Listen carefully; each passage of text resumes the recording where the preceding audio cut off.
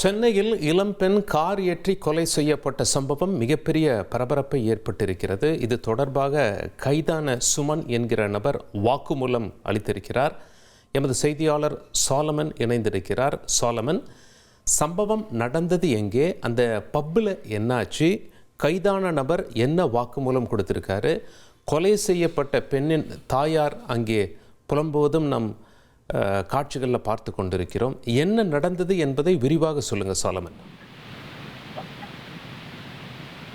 சென்னை கோயம்பேட்டில் பாரில் ஏற்பட்ட பிரச்சனையின் காரணமாக வெளியில வந்தபோது இருசக்கர வாகனத்தை இளம்பெண் உட்பட இருவர் இயக்கிய போது அந்த பிரச்சனை காரணமாக ஆத்திரத்துல ஒரு காரில் வந்த ஒரு கும்பல் திடீரென அந்த இளம்பெண் சென்ற வாகனத்தின் மீது மோதியதுல ஒரு நபர் ஒரு இளம்பெண் உயிரிழந்திருக்கக்கூடிய நிலையில மற்றொரு இளம்பெண் ஆபத்தான நிலையில கீழ்ப்பாக்கம் அரசு மருத்துவமனையில சிகிச்சை பெற்று வருகிறார்.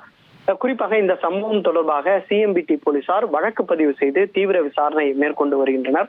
18 வயதான இளம்பெண் உயிரிழந்த விவகாரம் அதிர்ச்சியை ஏற்படுத்திய நிலையில இது தொடர்பாக சிசிடிவி காட்சிகளை ஆய்வு செய்து மொத்தம் இதுவரை 7 பேரை போலீசார் கைது செய்திருக்கிறார்கள். கைது செய்யப்பட்ட அவர்களிடம் தீவிர விசாரணையானது மேற்கொள்ளப்பட்டு வருகிறது.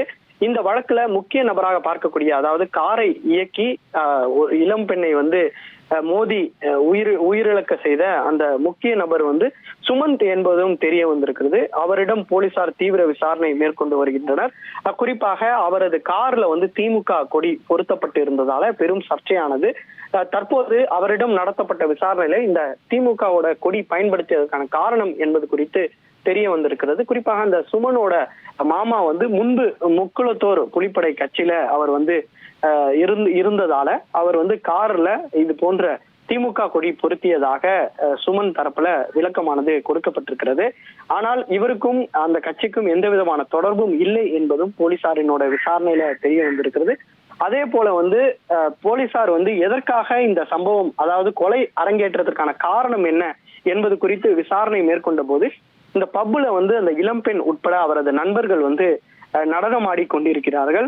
அப்போது எதிர் தரப்பினர், அதாவது இந்த சுமன் தரப்பினரும் அங்கே நடனமாடும் போது அப்போது அவரது இடுப்புல கைப்பட்டதாக கூறப்படுகிறது. இதனால இரு தரப்பினருக்கும் இடையே வாக்குவாதம் ஏற்பட்டு பின்னர் மோதலாக மாறி கற்களை மாறி மாறி வீசியும் தாக்குதல் நடத்தியிருக்கிறார்கள். இந்த சம்பவம் தான் தற்போது கொலையில முடிந்திருப்பதாக போலீசார் தரப்புல தகவல் தெரிவிக்கப்பட்டிருக்கிறது. மேலும் இது தொடர்பாகவும் போலீசார் தீவிர விசாரணை நடத்தி வருகின்றனர்.